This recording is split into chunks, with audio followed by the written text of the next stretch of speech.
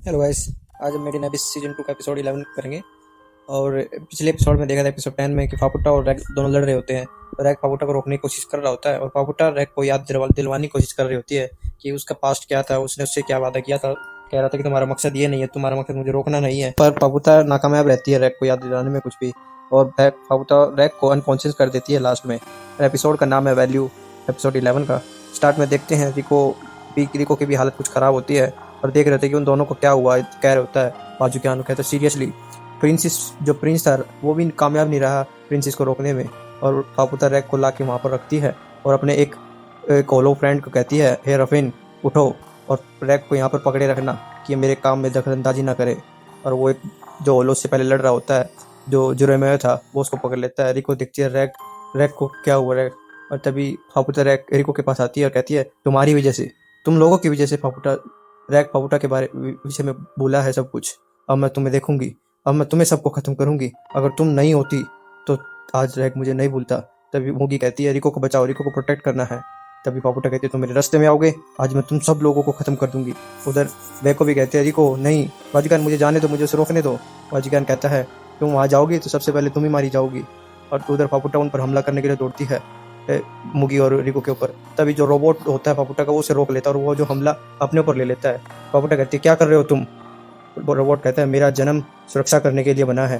तो फापुटा कहती है, तुम मेरी सुरक्षा करोगे, इनकी क्यों कर रहे हो, तुम क्यों कर रहे हो ऐसा। वो कहता है, इनकरेक्ट, मैं तुम्हें ऐसा करने नहीं दे सकता। काबरू कहता है, तुम अगर इस लड़की को मारोगी तो तुम कभी वापस नहीं लौट पाओगी। और जो तुम्हारा प्रेशियस हाकू रैग है वो तुम्हें कभी माफ नहीं करेगा। मैं तुम्हारे फ्यूचर को प्रोटेक्ट करना चाहता हूँ, ऐसे गाबरू कहता है। और वो वहीं पर हार जाता है, उसके हमले को झेलकर उसमें पावर नहीं बची होती। तभी को कहती है, देखो इस रोबोट ने तुम्हारी पूरी जिंदगी ख्याल रखा है। और तभी फापुटा कहती है, साइलेंस, फापुटा पुलिस नहीं है। फापुटा क्या सीरियस कर रहा है। तभी मुगी कहती है, हे रिको, तुम वो विसल को बजाओ, सिचुएशन खराब होती जा रही है, ऐसे हम बच नहीं पाएंगे।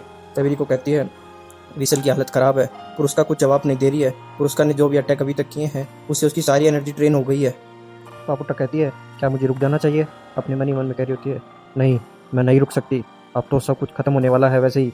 और मदर और तुम सब लोगों ने, यहाँ तक कि मेरे खुद के सेल्फ ने, जहाँ तक उसका अपनी डबल पर्सनैलिटी की बात कर रही है, मेरे खुद के सेल्फ ने रैक को डिसीव किया है। तुम सब लोगों ने रैक को डिसीव किया है। हम सब लोगों को खत्म कर दूंगी, यहाँ सब कुछ खत्म हो जाएगा और मैं सब लोगों को खत्म कर दूंगी, फिर देखूंगी। तभी मुगी कहती है, रिको पीछे आओ। मुगी आगे हट जाती है और कहती है, तुम मुझे रोकने जा रही हो, तुम मुझे रोकोगी, आज मैं तुम सब लोगों को डिस्ट्रॉय कर दूंगी और सबका अंत कर दूंगी यहीं पर। फापुटा उन पर हमला करती है। जब फापुटा के ऊपर कुछ स्लाइमी स्टफ सा आकर गिरता है, फापुटा मुड़कर देखती है, अब ये क्या आ गया, हर बारी मेरे काम के बीच में कोई ना कोई आ जाता है। तो वहाँ पर विलाप होता है चट्टान, उसके जो ओवल होता है उसके वहाँ पर। और वहाँ पर ननाची भी खड़ा होता है, कहता है, जब तक मैं यहाँ पर हूँ तब तक तुम कुछ नहीं कर सकती, हे प्रिंसेस, ननाची कहती है। और कहती है, बहुत हो गया तुम्हारी तोड़ फोड़, टॉम बॉय जैसा व्यवहार करना, अब मैं आ गया। और कहता है, होलो चाइल्ड, अब तुम्हारा मुझसे क्या लेना देना। कहता है, वो तो मुझे भी नहीं पता क्या है, पर मुझे तुम्हें रोकना होगा, इतना मैं जानता हूँ, और मैं वैसे ही सोते नहीं रह सकता था वहाँ पर। और कहता है, नेरी को देखकर खुश हो जाती है ननाची को, एक होप दिखती है। कहता है, सॉरी रिको, मैं थोड़ा लेट हो गया, पर अब तुम फिक्र मत करो, ऐसी सिचुएशन हो और मैं नहीं आऊँ, मैं सिचुएशन को सॉल्व तो नहीं कर सकता खुद, पर तुम मुझ पर, हम पर ये चीज़ छोड़ दो, बिलाप और उन सब लोगों पर। बिलाप कहता है, सॉरी, पर हमारे पास बहुत कम समय है क्योंकि वो स्ट्रेन से ख़त्म हो रहे थे। ननाची कहता है, हाँ मुझे पता है, लेट्स गो बिलाप। बिलाप को हमला करने के लिए कहता है और कहता है, पहले हमारी ऑडियंस के लिए हमें एक अच्छा करतब दिखाना है। बिलाप हवा में जाता है और फापुटा को बिलाप के अंदर से अपनी मदर की स्ट्रॉन्ग स्मेल महसूस हो रहती है। और जब बिलाप अपने अंदर से एक स्मोक रिलीज करता है और फापुटा कहते हैं, तुम वही हो ना जिसने मदर को सबसे पहले खाया था, कहता तो तुम सबसे पहले मरोगे। तो फापुटा उस पर हमला करने जाती है। तभी बिलाप कहता है, नाइस टू मीट यू फापुटा, मुझे तुमसे मिलकर खुशी हुई, मेरे पास तुम्हारे लिए एक तोहफा है जो मैंने बहुत सालों से ट्रेजर करके रखा हुआ है तुम्हारे लिए स्पेशली। और उसके ऊपर वो पर्पल कलर का स्मोक, जो कि एक मेमोरी सेंस स्मेल है, जो उसकी मदर की मेमोरीज हैं, जो भी उसकी मदर की मेमोरीज उसे नहीं मिली हैं, वो उसको दोबारा उस स्मेल के जरिए उस पर छोड़ता है। जबकि फापुटा उसके सारे टुकड़े टुकड़े कर रही होती है और फापुटा उसके लाफ के अंदर से जो स्मोक निकल रहा होता है उसमें सभी में उसकी मदर की मेमोरीज होती हैं। और कहती है, तुम बहुत बड़ी हो गई, जब उसे अपनी मदर की आवाज़ सुनाई देती है, और तुमने बहुत लोगों को कंज्यूम किया है। तभी फापुटा भी कहते हैं, तुमने भी बहुत लोगों को कंज्यूम किया, जब भी तुम इतने बड़े बन गए हो। और फापुटा उस पर हमला करती है बिलाप के ऊपर और बिल्कुल गुस्से में होती है। और तभी वो कहते हैं, तुमने मेरा गिफ्ट एक्सेप्ट किया, मेरे गिफ्ट को एक्सेप्ट करो। वो वहीं पर जोरदार स्मोक रिलीज करता है मेमोरीज का, जिसमें फापुटा एक बेहोशी में चली जाती है। जैसे ननाची को मिट्टी की मेमोरीज दी गई थी, वैसे ही फापुटा को इरमियो की मेमोरीज दिखाई गई, जिसमें इरमियो के जो अच्छे लम्हे थे उनको दिखा। और फापुटा उनमें बिचल गई, ये मुझे क्या दिख रहा है। उसे अपनी मदर दिख रही है, उसके साथ उसके दोस्त दिख रहे हैं, और फापुटा ये समझने में मुश्किल हो रही थी उसे कि आखिरकार क्या हो रहा है उसके साथ, उसे ये चीज़ें कैसे दिख रही हैं। वो कहता है, मैं तब इसके उसकी मदर की आवाज़ आती है कि मुझे खुशी हुई तुम यहाँ पर हो, तुम अपनी डेस्टिनी के अंत पर पहुँच गई हो मेरी बच्ची। अब तुम्हें डिसाइड करनी है अपनी खुद की वैल्यू और फोर्ज करना है अपना खुद का एडवेंचर, और अपनी वैल्यू खुद की फोर्ज करनी है। फापुटा कह रही थी, चुप हो जाओ, क्या चीज़ है ये, चुप हो जाओ, मेरे दिमाग से बाहर निकलो। तुम्हारी कितनी खूबसूरत आईज हैं, उसकी मदर की आवाज़ बैकग्राउंड से आ रही थी। तुम्हें अपने खुद के फोर्ज करना है और अपने आगे एडवेंचर को एंजॉय करना है, तुम्हें अपनी लाइफ शुरू रखनी है मेरी बच्ची। उसकी आवाज़ आ रही थी उसकी मदर की, रिमोई की। तभी बिलाफ तो कह रही थी, बिलाफ देखो, बिलाफ को क्या हो गया, बाजीकान को कह रही थी।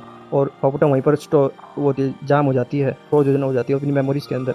तभी नानाची देख कर तब कवर कर लो, और यहाँ पर ट्रेन बहुत जल्दी आने वाली है। नानाची उनको बताता है, तुम अगर बाहर जाओगे तो तुम सब के सब डिसअपियर हो जाओगे, और विलेज के लोअर लेवल में चले जाओ, रिको को भी वहाँ पर लेके जाओ, रिको की भी हालत ख़राब नहीं है। तभी मूगी कहती है, तुम्हारा क्या। तभी नानाची कहता है, मैं रैक को लेके आऊँगा, रैक को जगाता हूँ और रैक को लेके आता हूँ। और फापुटा की हालत देखता है नानाची, कहता है, मैं समझ सकता हूँ तुम्हारी हालत, तुम्हें बहुत ही हार्ड हिट हुआ है ये फीलिंग्स जैसी मेरी फीलिंग्स मैंने मीटी के लिए थी, इन मेमोरीज से निकलना बहुत ही मुश्किल होता है। हम अपने फिजिकल सेल्फ में ऐसे महसूस करते हैं कि हम उन मेमोरीज़ को जी रहे हैं, पर हम उनसे बाहर नहीं निकल पाते हैं, हम उनसे निकलना नहीं चाहते हैं। तो ऐसी सब चीज़ बात कर रहा होता है, प्रिंसेस तुम कैसे निकल पाओगी, पर तुम्हारे लिए ये चीज़ काफ़ी नहीं होगी रोकने के लिए, तुम आखिरकार प्रिंसेस हो। तभी नानाजी की नज़र बाजीकान पर पड़ती है, और उसे बिलाफ की बात याद आती है कि उस पर बिल्कुल भी भरोसा मत करना, उसे अंडर एस्टिमेट मत करना, वो कुछ भी कर सकता है। वो क्रेडल ऑफ डिजायर एक विश ग्रांटिंग एग से कुछ ना कुछ करवाना चाहता है, जो कि ह्यूमन पावर से विश मांगी जा सकती है, जो ह्यूमन चाइल्ड से विश मांगी जा सकती है, जिस एग के द्वारा वो कुछ ना कुछ प्लानिंग कर रहा है। उसने सभी को यहाँ पर एक जगह पर लाया। फापुटा के पास 3 एग है, और रिको ही यूज कर सकती है उस एग को। और इन कमोशन में देखता है कि रिको वर्ड्स ऑफ डेथ के है, और रैग को दोस्ती पाने के लिए फापुटा अपने कुछ अंग उसे दे सकती है उसे बचाने के लिए। पर फिर नानाजी कहता है, कुछ रुको रिको, पर मैं कुछ ज़्यादा तो नहीं सोच रहा, रिको पहले भी मौत से बाहर निकल के आई है, ये अब भी कर सकती है। और बाजीकान एक ऐसा व्यक्ति है जो अपना एडवेंचर पाने के लिए कुछ भी कर सकता है, पर मैं इसे अब की बारी वो वाला पाथ चुनने नहीं दूंगी, नानाजी कहती है। तभी वैको कहते हैं, व्हाट ए रिलीफ ना, बाजीकान कहता है, व्हाट ए रिलीफ, अभी आराम मिला। कहता है, क्या बात कर रहे हैं, हमारा दोस्त मारा गया है। और तुम कहते हैं, बिलाफ की स्मेल सुनकर मुझे भी बहुत अच्छा लगा। अब फापुटा थोड़ी देर इन मेमोरीज में फंस कर रहेगी, इसको मार तो नहीं सकते, पर ये थोड़ी देर वहाँ पर रहेगी, और इससे हमारा थोड़ी देर हम यहाँ से भागने में कामयाब रहेंगे। पर कहता है, सॉरी वेको, अब मैं तुम्हें बता नहीं पाया पहले, पर मैं ज़्यादा देर तुम्हें यहाँ पर होल्ड रख नहीं सकता, मेरी पावर ख़त्म होती जा रही है, अब मैं तुम्हें ज़्यादा देर कैरी नहीं कर सकता। मैंने इस पूरी बिल्डिंग को ज़्यादा संभाले रखा हुआ अपनी बॉडी से। और वो वहाँ पर उसको छोड़ देता है, और कहता है कि तुम प्रैक्टिकली उसके लिए मदर हो, मदर ही के खिलाफ उसके अंदर मेमोरी चल रही होती है अपनी रिमे की, उसकी अपनी मदर की। फापुटा है कि मेरी मदर की मेमोरीज़ हैं, पर ये सिर्फ मेमोरीज़ हैं, मेरी मदर नहीं है, मुझे रोकना होगा इन मेमोरीज़ को, मुझे रोकना होगा। फापुटा आग है, फापुटा फायर है, फापुटा इनमें फंस कर नहीं रह सकती। मैं सबको कंज्यूम करने वाली थी, मैं सबको ख़त्म करने वाली थी, मैं सबको राख मिलाने वाली थी। और उसकी आंखें खुलते हैं, उसके सामने एक क्रीचर होता है जो रैबिट होता है, और वो जो उसकी मदर के पास भी था शुरू में, तो वो फिर मेमोरी रिजेंबल होती है और कहती है उन जानवरों से, तुम सब डेंजर में हो, तुम यहाँ पर क्या कर रहे हो, तुम यहाँ से चले जाओ। तभी वहाँ पर एक बर्ड आती है जो उस रैबिट को उठा के उसके सामने से, फापुटा के सामने से लेके चली जाती है। तो नानाची देखता है, क्या क्या ये चिड़िया है, ये बर्ड यहाँ पर क्या गया, नहीं, ये विलेजर्स, ऐसे तो विलेजर्स को बच नहीं पाएंगे, ये रास्ता टूट गया, इसलिए यहाँ पर सारे के सारे मॉन्स्टर्स आने लगे हैं। तभी वहाँ दोबारा एक बड़ा मॉन्स्टर आता है, कहता है, रुको, ये तो विलेज का डिफेंस है वो ख़त्म हो गया है, इसलिए यहाँ पर सारे क्रीचर आकर्षित हो रहे हैं। अभी उनको पता चल गया यहाँ पर उनके खाने लायक चीज़ है, तो वहाँ पर टर्बाइन ड्रैगन आ जाता है, एक बड़ा टर्बाइन ड्रैगन। कहता है, ये तो इन सब क्रीचरों का बाप है, ये तो इसने बाउंड्री पार कर दी, तो अब यहाँ तो सुरक्षित रहना बड़ा मुश्किल है। फापुटा देखती है और चौंकती है कि वहाँ पर बहुत सारे क्रीचर्स होते हैं जो इस एबिस के 6th लेयर के, वो अंदर आने शुरू हो जाते हैं, और वहाँ पर बहुत सारे मंडराने लगते हैं। और कहते हैं, अब डिफेंस के बिना तो ये बहुत ही मुश्किल है रहना। और वहाँ पर जितने भी होलोस होते हैं उन सबको क्रीचर्स खा रहे होते हैं, और सबको एक एक कर क्रीचर्स खा रहे होते हैं। बहुत सारे मॉन्स्टर्स क्रीचर आ जाते हैं, वुल्फ टाइप के, टर्बाइन ड्रैगन और जो भी क्रीचर्स हैं, और सभी होलोस को खा रहे होते हैं। और कहते हैं, अब तो अंत आ गया है, सभी कह रहे हैं हमें यहाँ से निकलना होगा, और इस बच्ची को जरूर यहाँ से निकलना होगा। मूगी कहती है माँ की तरफ लगा के, क्या कर रहे हो। तभी कहता है, क्या कर रहे हो। फापुटा कहती है उनको क्रीचरों को, ये मेरी प्रे है, तुम मेरा शिकार मुझसे नहीं छीन सकते, तुम क्या कर रहे हो। फापुटा उन 1-2 क्रीचर्स को मारती है, पर वो कम 1-2 को मारने से कहते, तुम मेरा शिकार नहीं चुरा सकते, और क्रीचरों को मारती रहती है। ये फापुटा की ड्यूटी है, फापुटा का जन्म ही है मेरी इस ड्यूटी को, तुम मेरे इस एक रीजन को मुझसे छीन रहे हो, मैं ऐसा नहीं होने दूंगी। और सारे क्रीचर्स फापुटा के ऊपर हमला करते रहते हैं लगातार, इससे उनकी तादाद ज़्यादा होती है जिससे पापुटा उनको हरा नहीं पाती है। और पापुटा कहती है ये तो एक ओनली मेरी मदर की विश थी कि मैं ही इनको पापुटा सपोज टू डिस्ट्रॉय दैम, पर तुम ऐसा क्यों कर रहे हो, मुझे करना है। ये पापुटा उनको हराने की कोशिश कर रही होती है, पर वो क्रीचर बहुत ज़्यादा होने के कारण पापुटा कुछ नहीं कर पा रही होती है। पापुटा अपने आप को एक लाचार समझती है कि पापुटा एक इमोर्टल है, पर ऐसे इमोर्टल होने का क्या फ़ायदा, ऐसी सफरिंग झेलनी पड़ेगी मुझे, इस तरह की सफरिंग झेलनी पड़ेगी मुझे इमोर्टल होने के कारण, जिससे कि मैं बारी बारी मरती रहूं और बारी बारी ऐसे ही रिजनरेट होती रहूं। ऐसे तो कुछ नहीं होगा। मुगी भी यह देखकर अचंभित थी कि ये हमें एरेडिकेट करने आई थी पापुटा, पर मुझे यह देखकर अच्छा नहीं लग रहा। मुझे पता नहीं कैसी फीलिंग लग रही है, मुझे इसकी मदद करनी चाहिए। पर वो पापुटा के ऊपर बहुत सारे क्रीचर होते हैं, तभी वहाँ पर बैलेंसिंग आ जाती है। वो कहते काटी योगी सॉरी, तुम्हें मुझे बचाना पड़ा, मैं तुम्हें बचा नहीं सकी। तभी वहाँ पर जो टर्बाइन ड्रैगन का पैर है उसके जो सिबलिंग्स हैं उनके ऊपर फेंक देता है और सारे सिबलिंग्स बिखर जाते हैं उसके, और खत्म करते हैं। तुम्हारी कैसे हिम्मत हुई, पापुटा कहती है, मेरे सिबलिंग्स को ये तो हिल भी नहीं पा रहे अब तो बिल्कुल, और वो भी हिल नहीं पा रही होती। पापुटा की एनर्जी बिल्कुल खत्म हो जाती है, वो रीजनरेट नहीं हो पा रही होती है क्योंकि उसके पास कोई वैल्यू नहीं होती। तो टर्बाइन ड्रैगन जैसे उस पर हमला कर रहा होता है, गाबरू उस पर कैनन से हमला करता है अपनी बची कुची पावर से और कहता है पापुटा मैं तुम्हें बचाऊंगा। गाबू पापुटा देखती है, गाबू गाबू सॉरी पापुटा, मैं तुम्हें बचा नहीं सका, मैं तुम्हें प्रोटेक्ट नहीं कर सका। गाबू गाबू ऐसे कर रहा होता है। कहता है गाबू क्या कह रहे हो तुम, क्या कह रहे हो तुम, ऐसे कह रही होती है पापुटा, तुम प्लीज़ प्लीज़ ज़्यादा हिलो मत, ज़्यादा हिलो मत। कहता है अगर पापुटा ने तुम्हें भी खो दिया तो पापुटा पापुटा क्या करेगी। और वो टर्बाइन ड्रैगन उस रोबोट के ऊपर अपनी लात से हमला कर रहा होता है और कहता है गाबरू मेमोरी शेयर कर, गाबरू और उसकी कहता है तुम प्रेशियस आकू थी मेरी, जैसे तुम मेरे तुम्हारा रैग है, तुम्हारी जो मेमोरीज थी जो जो मेमोरीज मैंने तुम्हारे साथ बिताई है वो मेरा हाकू है पापुटा, मेरा स्पेशल हाकू तुम्हारे साथ बिताए गए जो मेमोरीज दिन है वो है। और उसके ऊपर हमला कर रही होती है। पापुटा कह रही होती है रुको रुको रुको, ऐसे कर रही होती है, पर वो बंद हो जाता है। गाबरू की एनर्जी बिल्कुल डिस्ट्रॉय हो जाता है, वो जो टर्बाइन ड्रैगन है उसको डिस्ट्रॉय कर देता है। पापुटा अपनी हिम्मत तोड़ देती है और उसके पास बहुत सारे क्रीचर उसे खाने लगते हैं और टर्बाइन ड्रैगन भी अपने मुंह से वो उल्टी सी भगाता है उन सब के ऊपर कि ये मेरा क्रीचर है, वो अपनी प्रे को जाने नहीं दे सकता। और पापुटा कह रही होती है मैं बिल्कुल भी अब खेल नहीं पा रही हूँ, मेरे में बिल्कुल भी अब जान नहीं बची, अब कुछ नहीं बचा और कुछ भी मैं कंप्लीट नहीं कर पाई अपनी, अब कोई वैल्यू नहीं है, मैं इमोर्टल होने का भी कोई वैल्यू नहीं है, बीइंग इमोर्टल कोई वैल्यू नहीं है। तभी उसकी आंखें खुलती, उसके सामने बहुत सारे उसके आसपास होलो होते हैं और उसके जो उसके जिन मारने आई थी वो होलोस ही उसे अपने पार्ट काट काट कर खिलाते हैं, अपनी वैल्यू काट काट कर खिलाते हैं कि तुम ठीक हो जाओ, तुम ही हमें इन क्रीचर से बचा सकती हो। बेला फाफुटा कह रहती है क्या चीज़ है ये, सभी एक एक कहते हैं राइज एम्बोमिनेट ऑफ वैल्यू फाफुटा, राइज उठो, तुम्हें उठना होगा। और सभी अपने हाथ पैर के छोटे छोटे हिस्से उसे काट कर खिला रही होती है, तुम ही एकलौती हो, तुम ही हमें बचा सकती हो, तुम्हें जीना होगा, तुम अकेली अभी तक जीती आई हो और तुम सबसे छोटी लड़की हो इस हमारे होमलैंड की, तुमने जो भी किया है, तुम अब हमारा हम सब कुछ यूज करके दोबारा इमोर्टल बनो।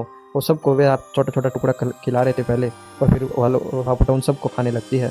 कहती है तुम सब ने मेरी मदर का खाया था, अब मैं तुम्हें सबको एब्जॉर्ब करूँगी और तुम्हारी वैल्यू से अपनी वैल्यू को बनाऊँगी। वापुटा को पता था ये दिन आएगा कि मेरी ड्यूटी है तुम्हें डिस्ट्रॉय करने की, और मेरी मदर की विश भी यही थी कि मेरे द्वारा तुम सबको डिस्ट्रॉय किया जाए। मेरा जन्म ही यही हुआ था कि मैं तुम सबको डिस्ट्रॉय करूँ, तुम्हें मुक्त करूँ इन बॉडी से। और कहता है कि पापुटा का जो हाकू है वो गाबरू था और रैक था, पर मुझे कुछ नहीं पता, ना ही गाबरू के बारे में, ना ही रैक के बारे में, और ना ही अपनी मदर के बारे में। पापुटा डजंट नो कुछ भी, पापुटा को कुछ नहीं पता। पापुटा सो मैनी थिंग, पापुटा को कुछ नहीं पता। Even no my duty drives me to act, मेरी जो ड्यूटी है वो सब कुछ डिस्ट्रॉय करने के लिए और मेरी मदर को बचाने के लिए, सिर्फ यही है मेरा शरीर, मेरे बॉडी एक्ट करती है। मैं सिर्फ यही जानती हूँ, पता नहीं मेरी ड्यूटी के भीतर क्या छिपा है, आखिरकार क्या वैल्यू छिपी हो सकती है। और पापुटा उन सबको खा रही होती है और पूरी तरह से हिल हो जाती है और वहाँ पर ज़ोर ज़ोर से रोर करती है और दोबारा आगाज़ करती है कि मेरी उसे वही मेमोरी आ जाती है कि तुम्हारी डेस्टिनी का अंत आ गया है, तुम्हें अपनी वैल्यू को फोर्ज करना होगा दोबारा से, और बिना किसी डरते हुए एडवेंचर को आगे जीतिए, वैल्यू डिसाइड नहीं कर सकता। पापुटा ने सीखा है मैं अपने आप ही अपनी वैल्यू बनाऊंगी और डिसाइड मुझे क्या करना है। और पापुटा की आँख जैसे रैक कर हेलमेट में चमकती है वैसे रैलिक जैसे चमकती है। और ये एपिसोड यहीं पर खत्म होता है, एपिसोड 11। अगर आपको एपिसोड की एक्सप्लेनेशन अच्छी लगी हो तो लाइक करना, शेयर करना, सब्सक्राइब करना। Thanks for watching, good bye.